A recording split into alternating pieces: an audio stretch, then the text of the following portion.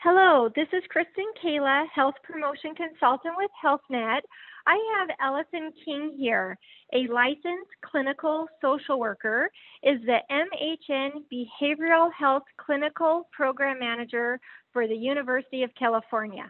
In 2020, she began partnering with UC campus wellness departments to identify and fill gaps in behavioral health information and education, especially related to the impact of COVID-19. This presentation is her most recent webinar. Prior to her work with MHN, Alison was on faculty in the School of Social Work at California State University, Northridge, and she has spent the majority of her career working in both direct service and management leadership roles in community mental health and nonprofit organizations, with a specialization in children, adolescents, and families. Thank you so much for your time today, Alison. You can begin your presentation.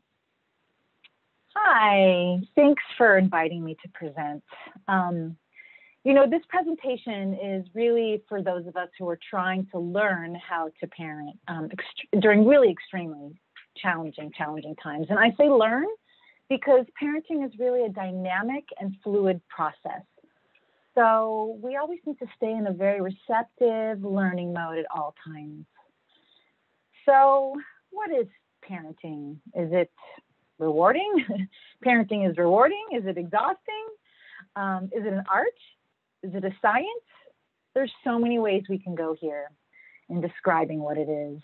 A lot of us may be feeling ill-equipped as parents these days as we try to manage our own stress and overwhelm while juggling personal and professional responsibilities during a completely disorienting time. So, how do we bring our A game, so to speak, to parenting during this pandemic age? Do we actually even need to have an A game, or is a B game okay? We're going to be covering several topics today, from back to school anxiety and how to help our kids accept change and tolerate uncertainty, to supporting them in their social, emotional skill development, and a bunch of other stuff in between. So let's jump right in. So I put this little quote in here because it's so true. Actually, I said this to somebody just yesterday during a conversation. We need to remind ourselves that every day is truly an experiment in life in general, but especially as parents. There's so many variables we have to take into account on a daily basis as we parent. So much so that, it really is not a science at all. It's really more like an art form. Basically, in parenting, we need to have some foundational concepts and ideas to build off of. So basically some approaches to work from. But honestly, we really have to feel and breathe our way through it, especially right now. No one's ever had to parent during these kind of conditions before. So kids are back on campus with all kinds of new rules and regulations, which require them to interact with their peers, their teachers, and the school environment very, very differently. And it's really going to take time for everyone to adjust. The biggest challenge, I think, is that things will continue to be a moving target for the unforeseeable future. And the combination of trying to adjust while knowing that things will continue to be in flux, on top of a fear of COVID, a very real fear, right, of COVID and the Delta variant, can be extremely stressful for everyone. So this lack of predictability, a lack of a sense of control, feelings of helplessness and overwhelm, all of this can lead to true anxiety, which I'll get to later on in the presentation. But first, I really want to talk about what we can do to increase our sense of control. And I say sense here because control ultimately is really just an illusion. But that's a kind of a philosophical discussion, which is out of the scope of what we're going to be talking about today, but just something to think about. So what do we have control over? Really, all we have control over are our own behaviors, actions, reactions, and responses. We don't have true control over our children, really, or anyone else for that matter. So all we can do is continue to outline expectations of behavior and reinforce them. And we're already all doing this, right? So reinforcing your family's health habits. So just reminding our kids, right, all the time, which we're doing, washing your hands, not wearing a mask, not touching our face. Sometimes I have to remind myself not to do that still. Not sharing food with our friends, especially talking to kids about this now that they're back in school, keeping a safe distance from others. We also need to get as much information as possible from the school. And I think school has started for everyone. So hopefully everyone has at least a baseline sense of what the expectations are and what kind of the outline protocols are for their school. So probably this is quite a review. And this is not an exhaustive list, and it seems like each school is approaching things and handling things very differently. Just as a quick side note, someone I spoke with yesterday, they had said someone in the school had tested positive, a kid had tested positive. So basically they had ended up having all of the kids, not just the classroom, but all of the kids go back to remote learning for quarantine period. So other schools may be doing it differently. If a kid in class tests positive, they may only be quarantining that class or maybe just that kid. So it's all different depending on the school, which can be kind of crazy making because it's so different with each school and each district. So having a constant feedback from the school and information is important. So social distancing. Knowing how many feet apart. Is it 4? Is it 6? What is the expectation of your kids? And what is the rule? What are the rules? In the classroom, masking, not masking. Most classrooms are having masks at this point, from my understanding. What is the number of kids per class supposed to be? What are the seating arrangements like? If your kids are younger, if they're sharing cubbies, how is that working? On the yard and on campus, again, masking, not masking. What is it? What are the guidelines around that? During recess and nutrition and lunch, what's happening there? During passing periods, if your kids are older, what's going on during that? A quick note about on the yard rules. Like, I can imagine that this would be difficult for grade school kids. Like, what games are they allowed to play? Like, are tag and monkey bars off limits for the younger kids? My daughter used to love those games, so it would be good for me to know, because then it will provide opportunities for me to speak with her about this, which I'll get to on the next slide. But these are just kind of little details, which I think would be helpful to know, so you can help your kids navigate their reactions about this, as I just said. Rules for drop-off and pickup. What's that supposed to be like? I know one school that I heard, they're checking, they've got a list of people, and as they enter the campus, sometimes, parents don't check their emails or don't check their own test results or their kids' test results. And some schools have lists of people to make sure that they've checked their email if they've come up with a positive test, so they won't let them on campus. And that happens right at the gate, right at drop-off. So how is that all working? Will kids and teachers be required to test at certain intervals? Most likely, yes. Most schools are doing this in some capacity. Some are daily, some are every couple days. What does the school do if a teacher tests positive, and what happens if a kid tests positive, like I just talked about in a minute? Again, differs by school. So having as much information as possible can help us gain kind of a sense of control over this really uncertain time. Okay, so what else can we do? We can help our kids learn how to accept change and tolerate uncertainty, which are important, really important life skills, and are really integral to building resiliency.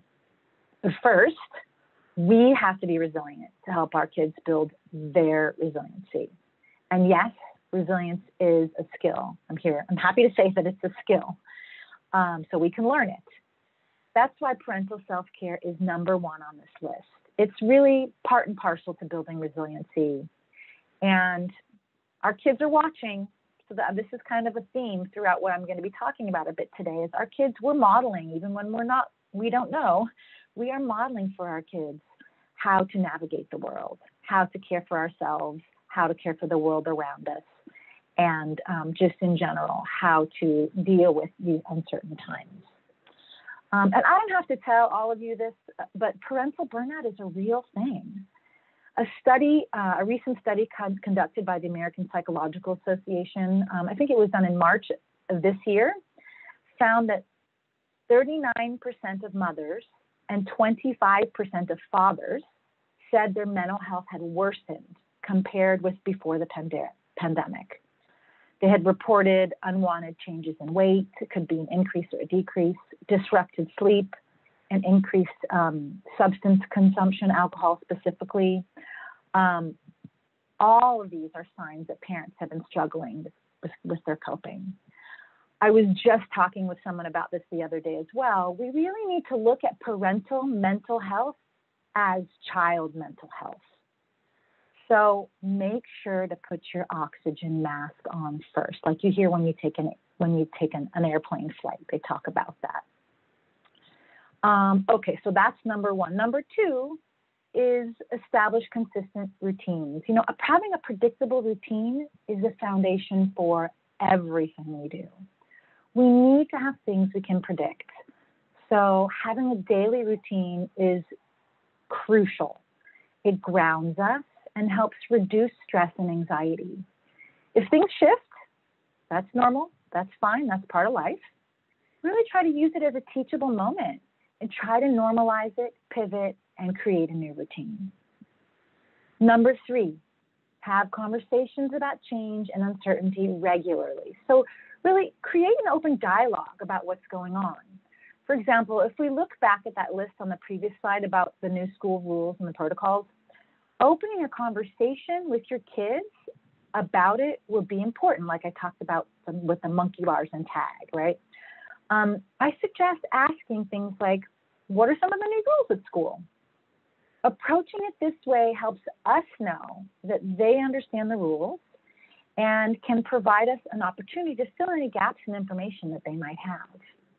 Another example of a dialogue might be, what are you struggling with, honey? Or what's difficult for you right now? Listen actively and provide empathy so they know they've been heard. So don't try to explain it away or what I like to call silver line it. For example, if your kid says something like, I'm so sick of wearing a mask all the time, rather than responding with, that's just what we need to do right now, honey, which is a completely fine way to respond, and we've all responded that way, maybe try saying something like, I get it. Wearing a mask all day in class and on the yard must be just awful. The goal here is to really normalize their experience, normalize what's going on, normalize change, because it's part of life and the world is always changing. And speaking of normalizing, on to number 4, model and teach emotional acceptance and coping. So these types of conversations really allow us an opportunity to help our kids learn to manage their feelings. So Dan Siegel has a parenting catchphrase called name it to tame it. I like it. I use it all the time. Here's how it goes. When we're feeling something, let's say sadness or stress, we name it, which normalizes it and makes it less scary, basically showing that feelings can be tamed. In doing this, we're modeling for our kids how to begin to identify what they're feeling and that it's okay, right? They're always watching. And like I said before, they're paying attention. They're like little sponges. Even in teenage years, they're like sponges, so it doesn't end. It goes on throughout childhood. It also helps teach the connection between feelings and behavior, that it's okay to feel a certain way, but what's not okay is how those feelings make us act sometimes. Also, this requires a lot of self-awareness on our part, and being comfortable with our own vulnerability isn't easy. That's something we have to become comfortable with, talking about what we're experiencing, what our emotional experience is. So I actually have a little post-it on my monitor. It says, honesty and vulnerability are my superpowers. And I really believe that. I think it really humanizes us. But, you know, really, we can think of this as a gift we're giving our kids if we can pave the way by modeling this. So as another example, just the other day, I did this with my daughter. We pulled into the parking lot of Target, which is one of my favorite stores. And there was no place to park, which of course indicated to me that the store would be really crowded. Now, even though we're all vaccinated, crowds still make me nervous. I'm just still not comfortable. I could feel it coming on, feel it in my body, right? My had like a biochemical reaction. My heart started pounding. I started getting hot. So I noticed it, and I immediately labeled it by saying, this parking lot is making me stressed. As soon as we find a parking spot, I need to take a minute, honey. She didn't feel stressed herself, but she understood and basically hung out on her phone, you know, in the passenger seat while I did some breathing exercises. What I'm also getting at here is that kids, especially little ones, rely on our nervous systems to regulate theirs. I try to remind myself that my well-being is connected to hers. Like I said, parental mental health is child mental health. So think of it kind of like a Wi-Fi, which I know is clearly important to my daughter since she's so connected to her phone. Number 5 is instill hope. So this is super important. Remind yourself and your kids of what I call pandemic positives, whatever those may be for you. And if you haven't come up with a list of them, I encourage you to do so. A personal example is a greater bond with my teenage daughter, like I just mentioned, who's now just left to college. And we had some really wonderful, solid time during the pandemic to bond during a time in child development when they're really pulling away. So it was a nice, really wonderful time for us to reconnect. So for me, that was an amazing pandemic positive. So before we move on, there's a book which came out last year called Ready or Not, Preparing Our Kids to Thrive in an Uncertain and Rapidly Changing World. I will be providing a list of resources, which I'm going to go over a little bit at the end of this presentation, but I believe this will be provided as well with the link to this recording in a Word document form, which has all of the different resources which I'm going to be mentioning throughout the presentation. So in all honesty, I haven't read this book yet, but I did read quite a number of reviews on it, and it sounds like it's really terrific. But I wanted to read a quote from an interview with the author, Michelle Levine. She says, "I would like parents to take away enthusiasm for confronting uncertainty. I understand that's a huge ask because people are so worried. But we've been through tough times in this country before, and we need to have the kind of enthusiasm we had for young kids when they were learning to walk. They fall down, you encourage them to get up again. They fall down, you clap your hands and say, 'Come on, baby, get up again.' We need the kind of enthusiasm for wobbly legs in a wobbly world. Not really knowing how to do something yet, not being sure of how long something's going to take, or how long it's going to take to become competent, but knowing that our kids will end up walking. The future is a wave that's either going to crush us or that we can learn to ride. I would like parents to be optimistic and to pay attention to the little things they can do. Let kids sleep a little bit more if they need to. Show concern about the world around you. Understand that there are moral issues happening. Dinner time conversations shouldn't be about how everybody did on the test. Ask your kids what they think about politically. Or if they're young, ask them about the new kid in school and have a conversation about how hard that can be. Maybe make some suggestions about what to say to the new kid. My overarching message is that we're on an expired parenting paradigm and it needs to change. Let's get with the program and be enthusiastic about it while we're at it." I really like this quote. I think it's really solid and very telling. And it's pretty full, right? And it really helps us move on to another topic, which she alludes to in this quote, which is social emotional learning or social emotional skills. So I want to focus on this a bit because so much social emotional learning happens at school. And because our kids weren't in school last year, we kind of have to up our game a little bit with this one in this area. And here's a pandemic positive for you. Our current situation really allows us for some great teaching opportunities for social emotional development. So I'm going to start with the top one here on the right, self-awareness. This is really having the ability to self-reflect, learning to recognize our own thoughts and feelings, like I mentioned with the name it to tame it before, being able to identify our values, strengths, and challenges, and having what's called a growth mindset.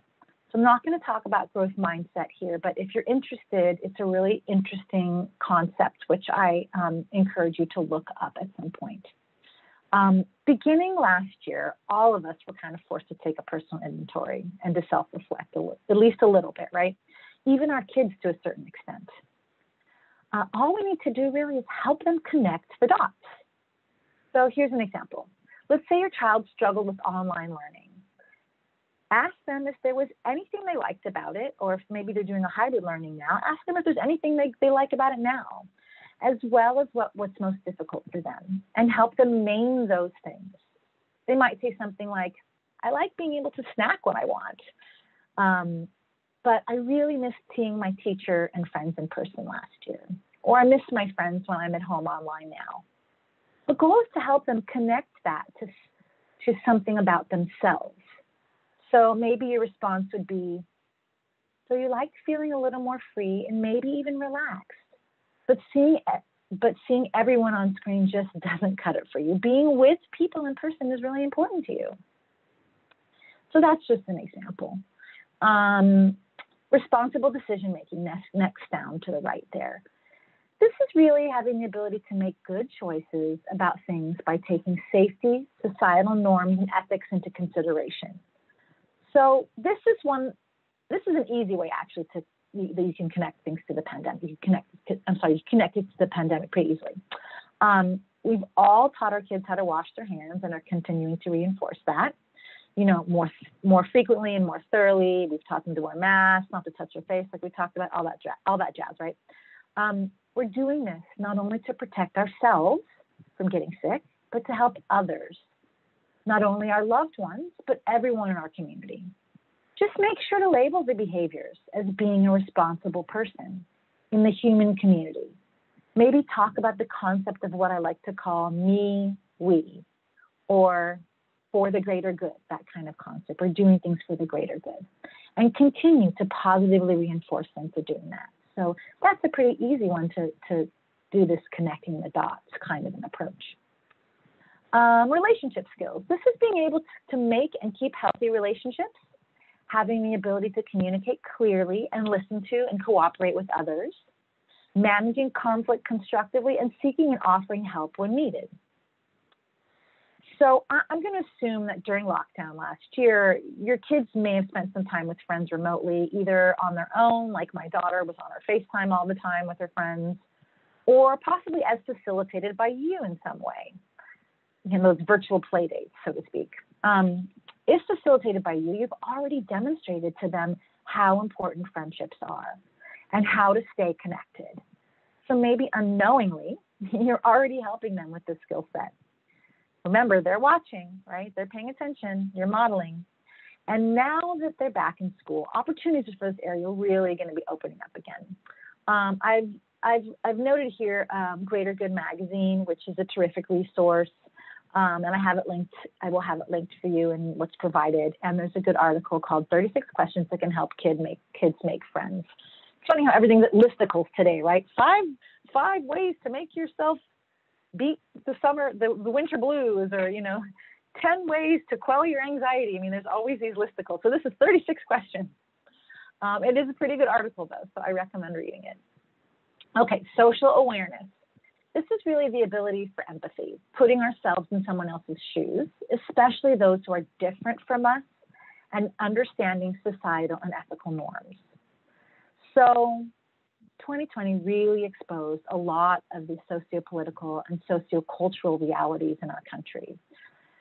So as an example, we can use the Black Lives Matter movement, the increasing number of homeless we see in our communities, and now, at this very moment in time, the plight of women in Afghanistan as teaching platforms for this skill set. Of course, what you show, you show your kids, what you expose them to has to be dependent upon their age, and the kind of conversation you have has to be completely depends on their developmental age. So just keep that in mind. And then last but not least here is self-management. This is when we can regulate our emotions and our behavior in different situations. Basically having the ability to effectively manage stress and control our impulses. It's also about being a self-motivator, being able to set and work towards goals. All of us have had to work on self-management this past year, whether or not we like to. We were forced into it. That's why things like, or concepts and terms like self-care, mindfulness, resiliency have all become part of our common vernacular. They're just household words now. Hopefully you found approaches that work for you and maybe even helped your kids find ways to self-manage and cope. If you haven't directly helped your kids, not to worry. As long as we're engaging in self-care and labeling it for them that we're doing that, again, they're watching, we're indirectly teaching them through our modeling. We're being human. We're basically teaching them how to be human. I'm sure you might be thinking, wow, I'm still working on some of these skills myself, or maybe I know somebody else in my life who could really use some development in blank, fill in the blank area. The takeaway here is that everyone is really a work in progress throughout life, right? We're always constantly learning and growing. Okay, I'm going to move on by answering a question I posed in the beginning. Do we have to have an A game? I know I said we have to up our game of social emotional skill set, helping our kids develop in those areas. But do we have to have truly an A game? The answer is no. A B game is just fine and is actually more realistic. I know this may be different from what a lot of us learned growing up, but practice doesn't make perfect. Practice makes progress. What we're going to talk about is what I call imperfect parenting, and that it's a way to model being human, as I mentioned before, and a way to teach our kids social emotional skill sets. So really, it's kind of a foundational approach, like I talked about in the beginning, that we can build off of in our parenting. So good enough, just for a moment, I want to talk about where this concept comes from. So good enough is a concept based off of the work of Donald Winnicott. He was a British pediatrician and psychoanalyst who was big in the field of developmental psychology in the 1950s. And he did a comprehensive study during that time in the 50s to see what kind of parenting produced the most well-adjusted kids. 3 groups were studied. One was parents that would, by today's standard, be considered neglectful or even abusive. Another had parents who were there for their children most of the time, but not always. And the third and final group had parents who tried to attend to their children's every need with perfect attunement. So which group tended to raise the healthiest and most well-adjusted kids? The middle one.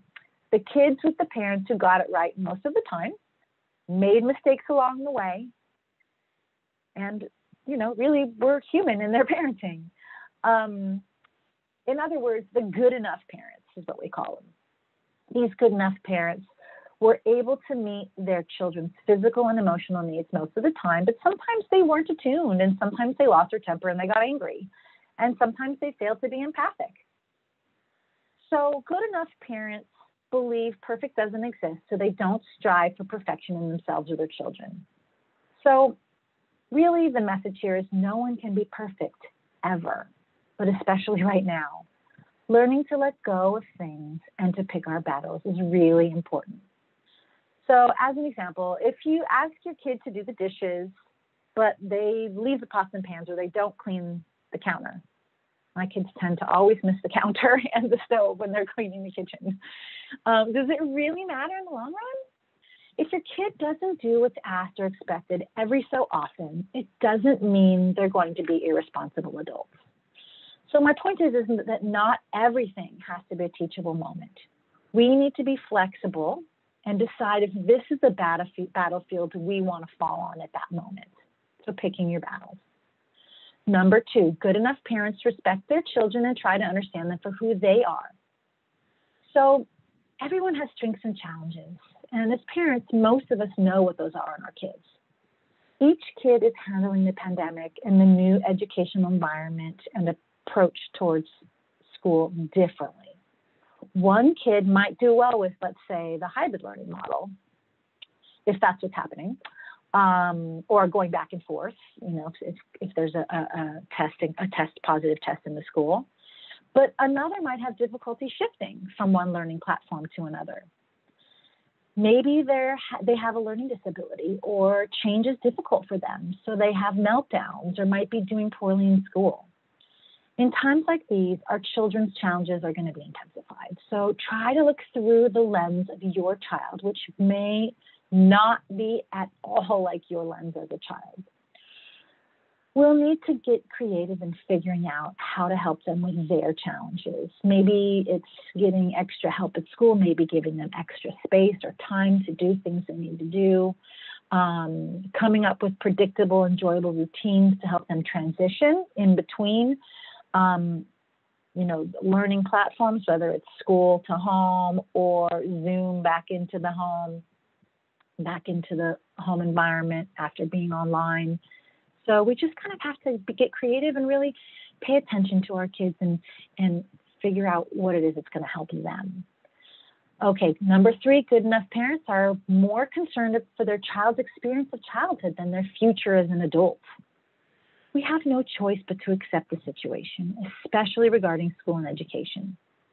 From what we can see right now, it won't be the same as it was before, at least not for quite a while. And being a helicopter parent and trying to police all the time and be on top of them is not going to help. Provide encouragement, right? None of us have ever had to go through this growing up. It's a really difficult time to be a kid. It's a really hard time to be a parent, and it's a really tough time to be a kid. So we're all going through this together. So actually even joining with them around that is important. Try to find ways to cultivate joy and fun and play regularly for your kids and for your whole family collectively.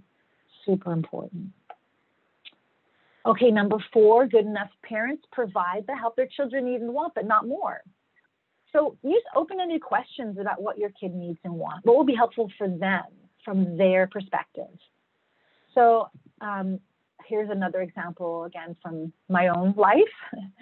Last year, I asked my daughter what will be helpful for her to get going online in the morning.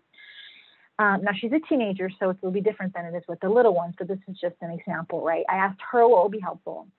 And she said she just wanted me to make sure she was awake 5 minutes before class started and to come back a few minutes later to make sure she hadn't fallen back asleep. So even though I would approach this completely differently, I need at least 15 to 20 minutes to get ready and settle myself and get ready, especially because kids have to be on screen most of the time. I would definitely needed some time. I really respected what she needed and what worked for her. And I always gave her positive reinforcement, telling her how proud I was of her. She did her whole senior year online, so it was really a tough way to end her, high school career, so to speak.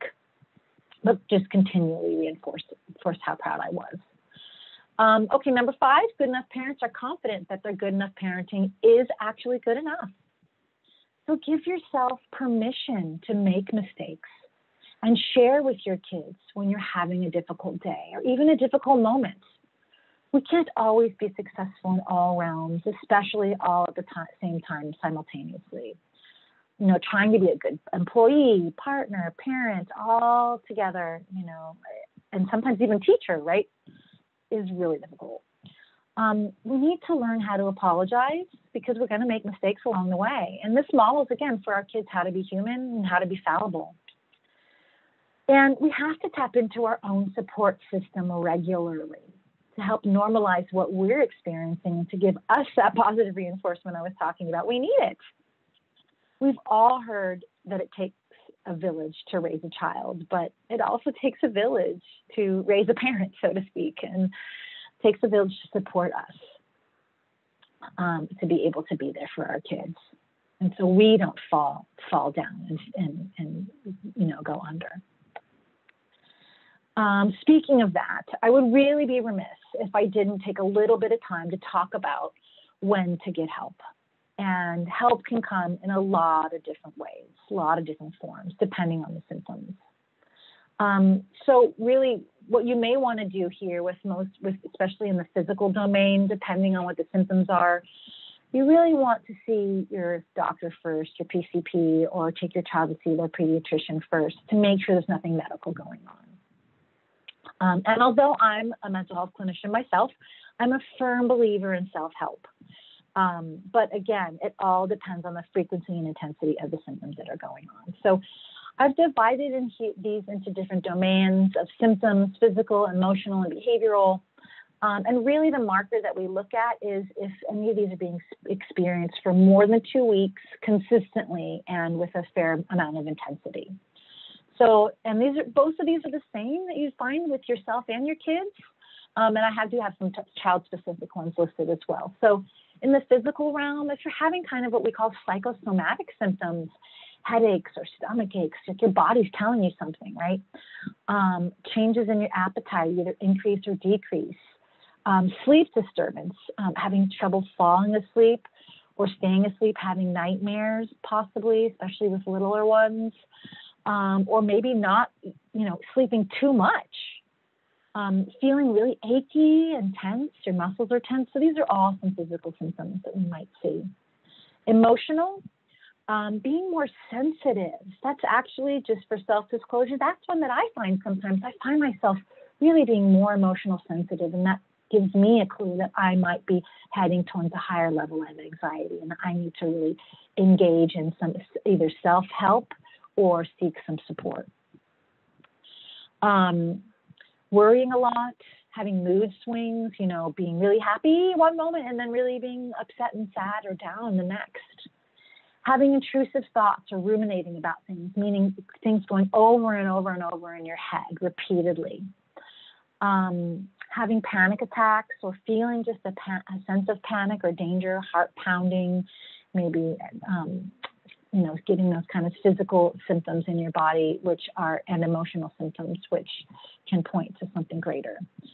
And then behavioral, isolating or withdrawing socially might be a sign in yourself or your kids. Being more irritable, aggressive, or agitated. Difficulty focusing and concentrating. And again, panic attacks is also in this category as well. And some that are specific to kids are tantruming. Like if they're out of that tantruming phase, that happens when they're younger, or if they're in that phase and they're having more, or maybe they're having some regression, like they're starting to tantrum again when they had stopped doing that, or they were potty trained previously and now they're having a lot of accidents. Or let's say they're having an over intense response to separation, so being really clingy or having fear of separation. Maybe their grades are dropping. So these are some things that you might see in your kids. And again, it's always good to consult with your pediatrician first, but maybe some behavioral health support might be in order. So see, these are just some things to pay attention to. This is the last mental health slide I'm going to share, and I'm not going to spend a lot of time on it, but I just wanted to bring it to everyone's attention because depression and anxiety very often go hand in hand. In fact, more than 60% of people who suffer from anxiety also have a lot of symptoms of depression, suffer from depression, and vice versa. So that being said, please make sure to reach out for help. Again, I just want to reinforce that. If you or anyone in your family are showing significant signs of anything that's listed in either of these, this is in diagram, in either of these spheres. If you're showing, if you see any of this independently of each other or both. So that's the formal part of my presentation. I'm just going to go over some stuff that's going to be included in the document that you'll have access to. So My Strength is a terrific self-help tool, and they're constantly adding new topics. I actually recently found a few that were added that directly related to what we're discussing today. Some of them are actually geared towards new parents, just so you know, but so when you read the titles of them, it might seem like it's not fit for you, but I think they're helpful for seasoned parents too. So some new ones they put in there were helping kids manage stress, how to be your kid's best advocate during COVID-19, parenting in challenging times, the myth of the perfect parent, which of course I liked because it goes along with what I talked about today with good enough parenting, and then problem solving for a worried parent. So as you can see, there's a lot of different topic areas, and it's really easy to sign up. You don't have to be a HealthNet member. There's just a different access code if you're a HealthNet member versus being someone who's not, or what we call the community at large. So I highly suggest My Strength. Here's a bunch of articles and resources, which you'll have linked. Some are for parents, some are self-care stuff for your kids. And then I have some general resources, the Greater Good magazine, which I mentioned. I've also put in here the CDC guidance for COVID-19 prevention in schools. It's just good to know what the CDC is outlining to see how far off the mark or on the mark your school might be, just to give you a baseline of what's really some of the guidelines are about that. And then the state of California actually has a great resource, a website for emotional support and well-being, specifically geared towards struggles during the pandemic. And then I also have, I'm big on books. I have some books here for kids for you to, work with your kids around some certain topics. Like, as you can see over here, I put a little icon for a little image of Find Your Calm. There's a whole bunch of different ones in there in this link. It's through Amazon. They call them children's first aid books, and those are really for the younger kids. And then for older, there's one called What to Do When You Worry Too Much, a Kid's Guide to Overcoming Anxiety. So these are some really good resources. And then for parents, I mentioned this one of these books before. I read that quote by Dr. Levine. Ready or Not, Preparing Our Kids to Thrive in an Uncertain or Rapidly Changing World. And then the one right above that is also seems like a good book. I have not read it. Again, just read reviews, and they seem like they're very appropriate for what we're all experiencing potentially right now.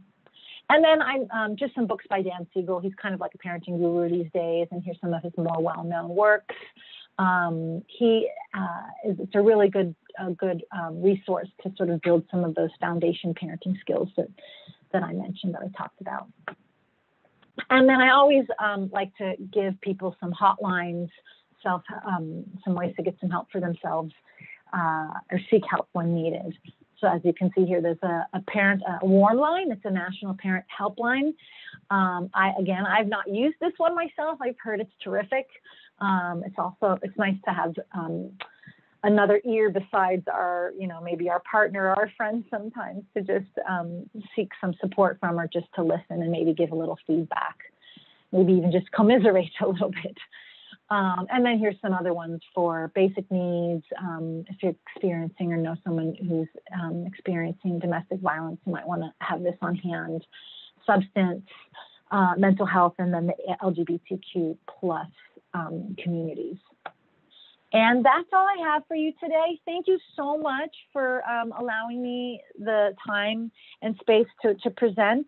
And hopefully this has been helpful, and we will get those resources out to you as well, so you can have some additional information to help provide you support in your parenting journey during this really difficult time. Thanks so much.